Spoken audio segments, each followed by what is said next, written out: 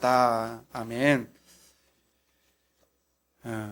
나이대별로 사람들의 관심사가 다르다고 해요. 20대 때는 어디로 놀러 갈까? 이게 관심사이고요. 30대 때는 너 무슨 차 타? 그리고 40대 때는 너 어디 살아? 50대 때는 얘 공부는 잘하냐? 60대 때는 뭘까요? 60대 때는 뭘까요? 건강은 괜찮아. 건강이 주 관심사라는 거죠. 우리 10대들의 관심사는 뭘까요? 우리 10대, 여기 지금 10대 한 명 앉아 있네요. 그렇죠? 10대의 관심사는 뭐예요? 게임이요. 제 주변에 보니까 아직 40, 50대인데도 벌써부터 제 주변에 이렇게 대화를 나누다 보면 건강에 대한 얘기가 주 주제인 것 같아요. 저도 딱 50에 들어서니까요. 딱 50부터, 그러니까 이제 2, 3년 전이죠. 2, 3년 전부터 매일 먹어야 되는 약이 생겨나기 시작하더라고요. 그 전에는 뭐 건강 그까짓 건 뭐 이렇게 우습게 생각했는데 50이 되니까 저도 매일 먹어야 되는 약들이 하나씩 늘어나기 시작하더라고요. 그래서 그때 생각하기를, 야, 이게 그동안에는 건강을 우습게 생각했는데 당연한 거니까, 당연하게 나이에 있는 거니까 그렇게 생각을 했었는데, 그때부터 제 생각이, 야, 그 50대가 넘었는데도 약을 하나도 안 먹고 있는 사람들을 보면 존경스러운 마음이 들더라고요. 대단하다라는 생각이 들더라고요. 아직 50 이제 금방 다가오시죠? 아무튼 이렇게 우리의 관심사는 뭐 게임, 놀거리, 자동차, 집, 공부, 건강, 뭐 그런 것에 주로 주 관심사를 두고 우리는 살아가고 있는데요. 그렇다면 오늘 제목대로 주님의 관심사는 무엇일까요? 주님의 관심사. 지난주에 제목 혹시 생각나세요?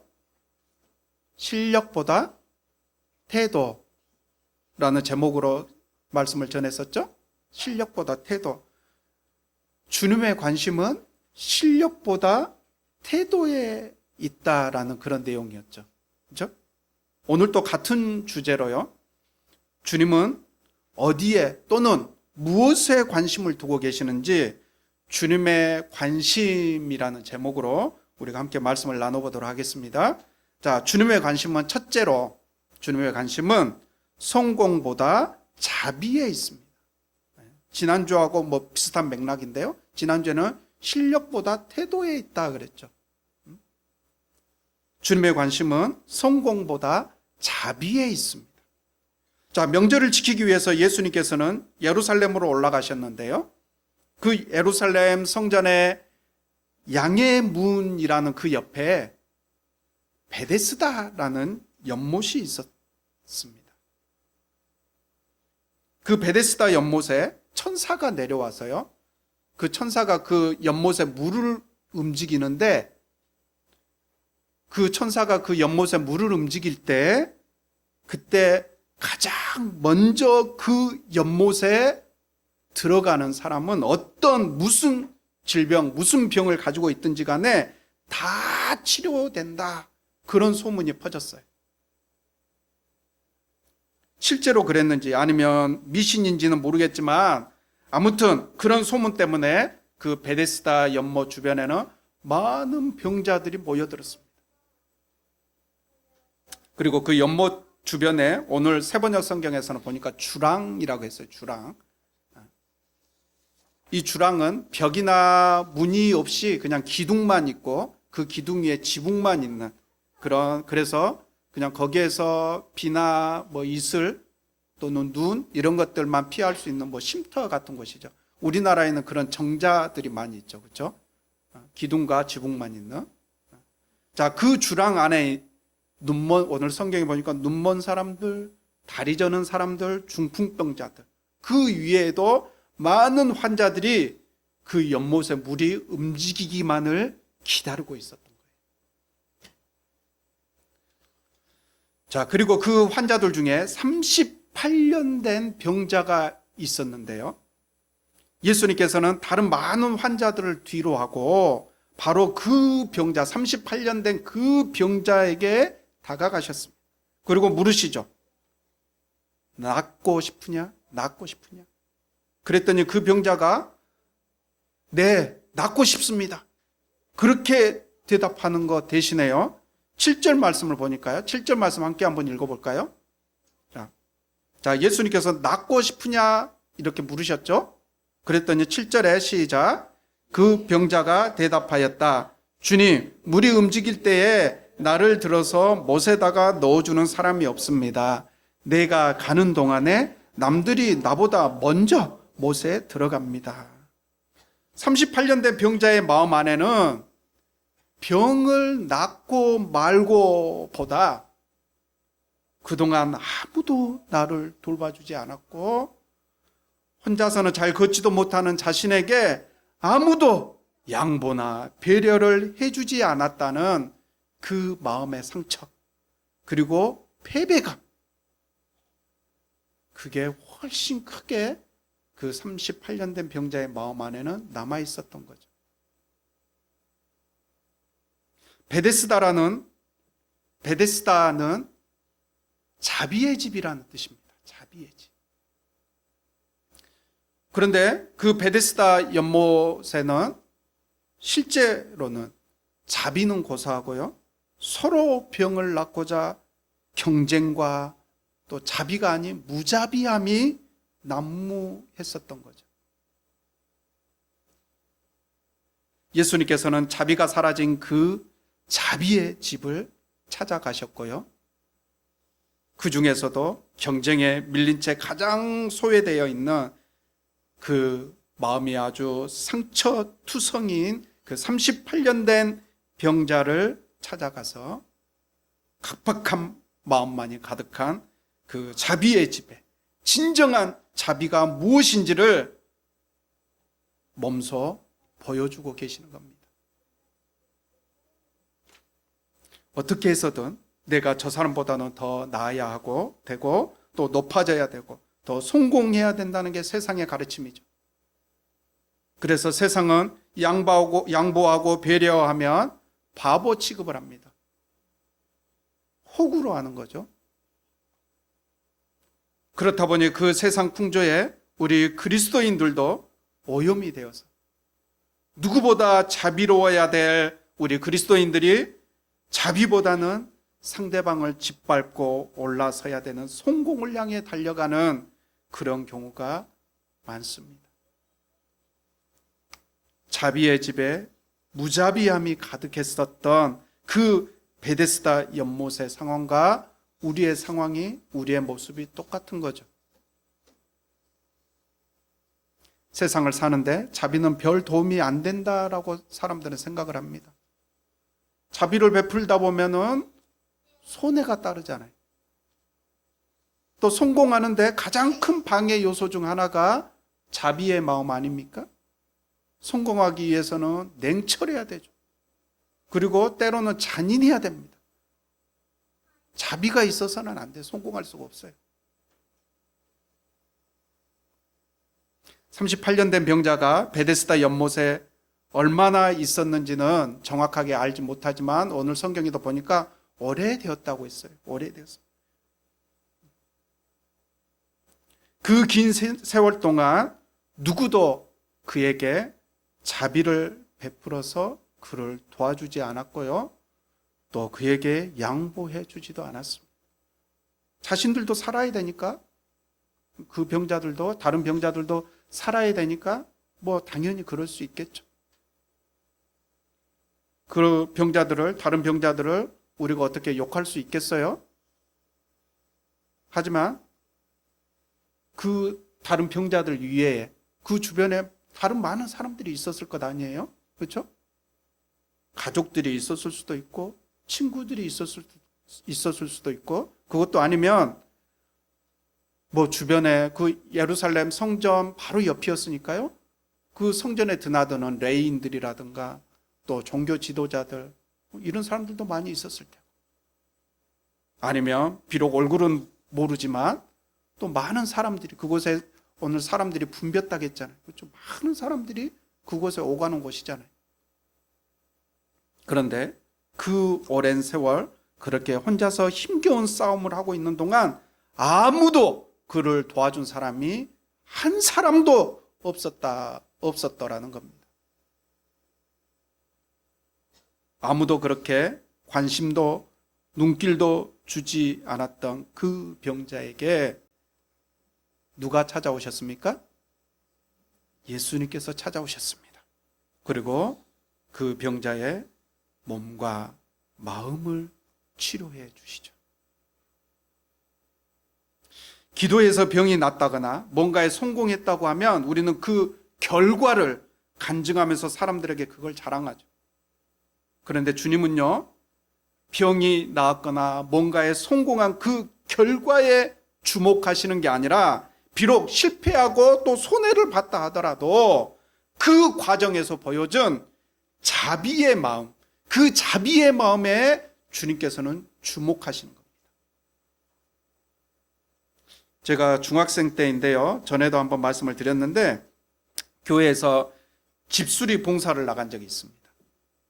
형편이 어려운 집에 가서 도배와 또 장판을 새로 해주는 일을, 그런 봉사 활동을 했었는데요, 우리 중고등부 학생들도 어른들을 도와서 열심히 그 봉사 활동에 참여를 했었습니다.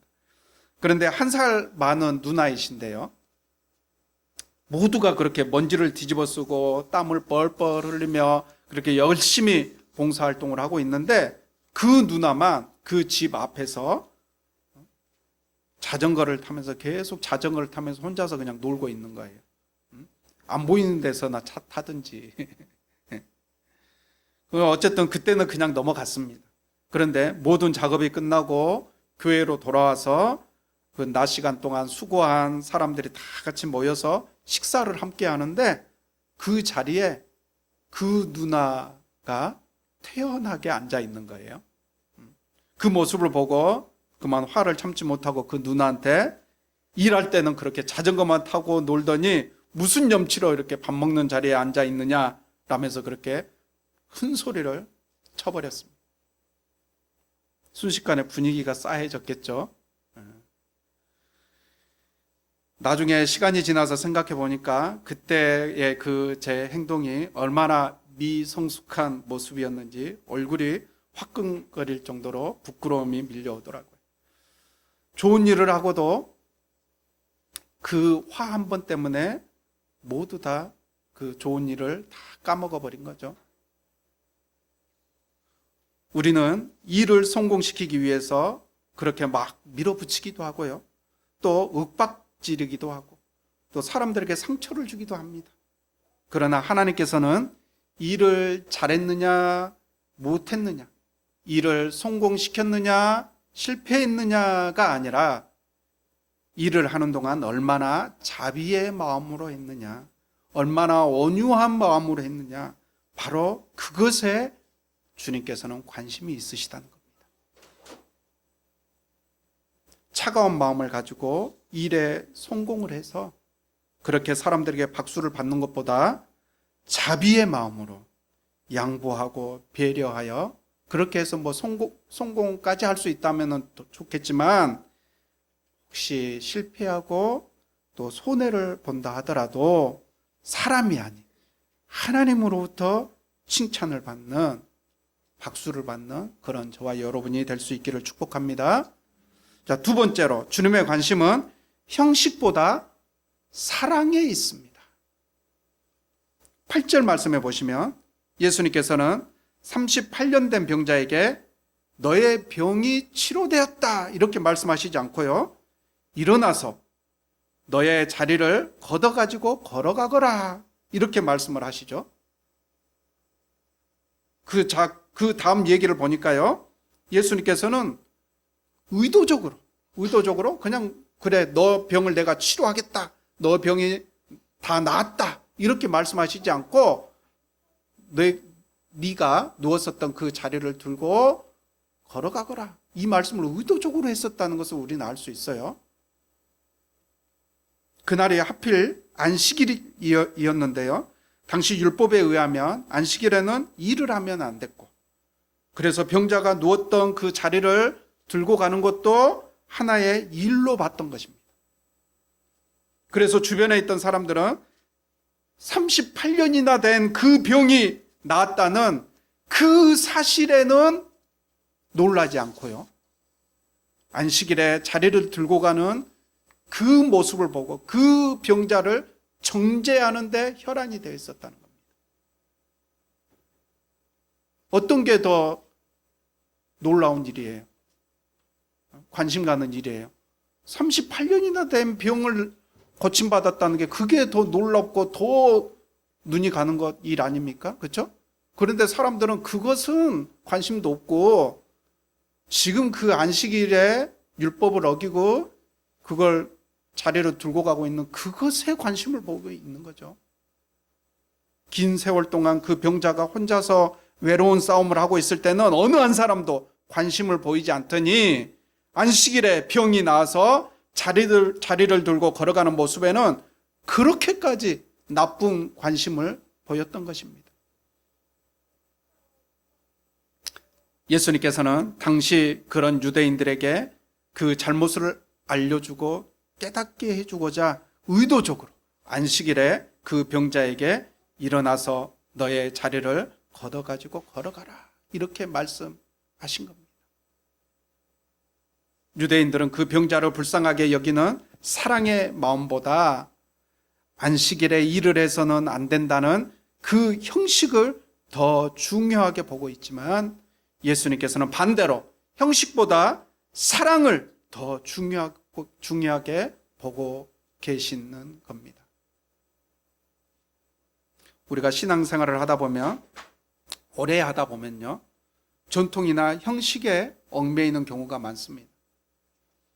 그래서 형식에 잘 맞추지 못하거나 또 잘 따라오지 못하는 사람을 정죄하거나 때로는 무시하기도 하죠. 그리고 신앙의 척도를 얼마나 전통이나 형식을 잘 알고 있고 또 잘 지키는가를 기준으로 삼는 경우도 많습니다.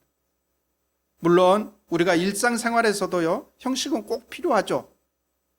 형식은 다른 말로 질서라고도 할 수 있을 텐데요, 형식이 없으면 우리 생활이 무질서하게 되어버리잖아요. 그렇죠? 질서가 사라지게 되잖아요.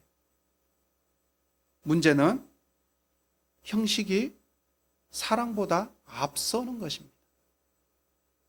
어떤 교회는 이 큰 강대상을 이렇게 심플한 강대상으로 바꾸는 데만도 몇 년이 걸린다고 해요. 그 전통을 깨기가 그렇게 힘든 거예요. 또 어떤 교회는 저녁 예배 시간을 30분을 조정을 하는데도 몇 년의 시간이 걸렸다는 그런 얘기를 들었습니다. 사랑보다 형식을 중요하게 여기는 교회를 보면 그렇게 서로를 견제하고 눈치를 보고 그러다가 분쟁도 일어나고 다툼도 발생을 하게 되죠. 일단 전통과 형식을 중요시 여기는 교회에 가면 편안함과 자유함이 없습니다. 다른 사람들의 시선을 신경 써야 되고 또 실수할까 봐 불안해하게 되죠.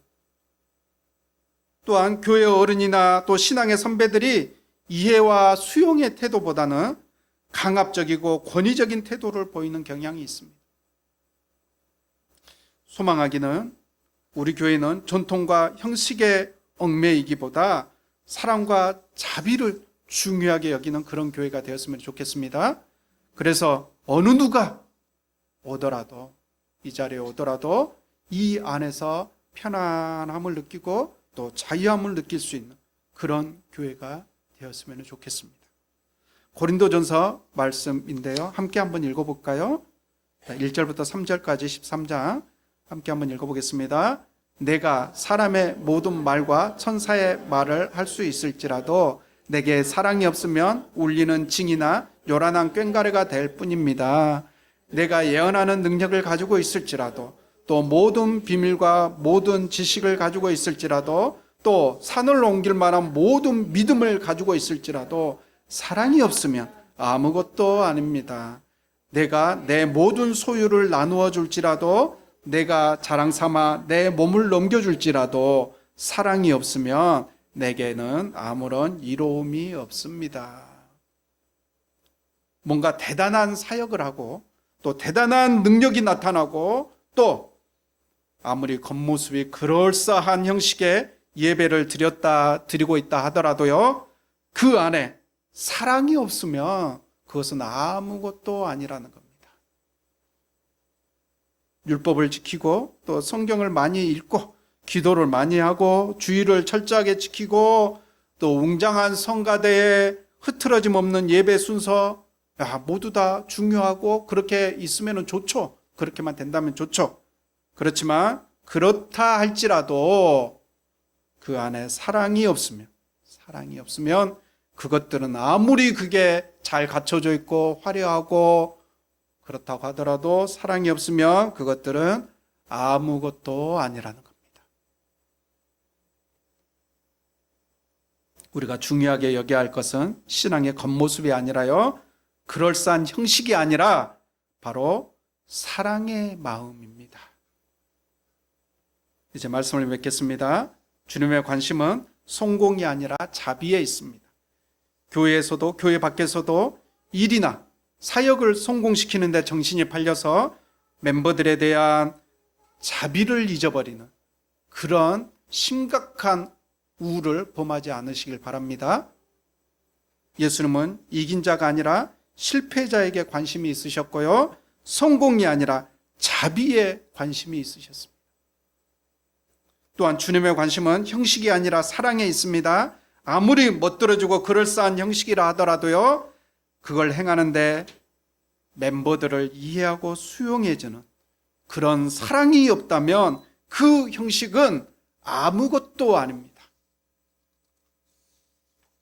마지막 16절 말씀을 보시면 예수님은 오늘의 그 일로 인해서 박해를 받으시게 되는데요, 박해를 받으실 걸 아시고도 굳이 그 누구도 관심을 가져주지 않는 그 38년 된 병자를 찾아가셨고 굳이 자리를 걷어가지고 걸어가라고 말씀하셨습니다. 이제 우리도 오늘 주님의 모습을 본받아서 박해를 각오하고 굳이 자비를 행하고 또 손해를 각오하고 굳이 사랑을 실천하는 그런 저와 여러분이 될 수 있기를 주님의 이름으로 축원드립니다.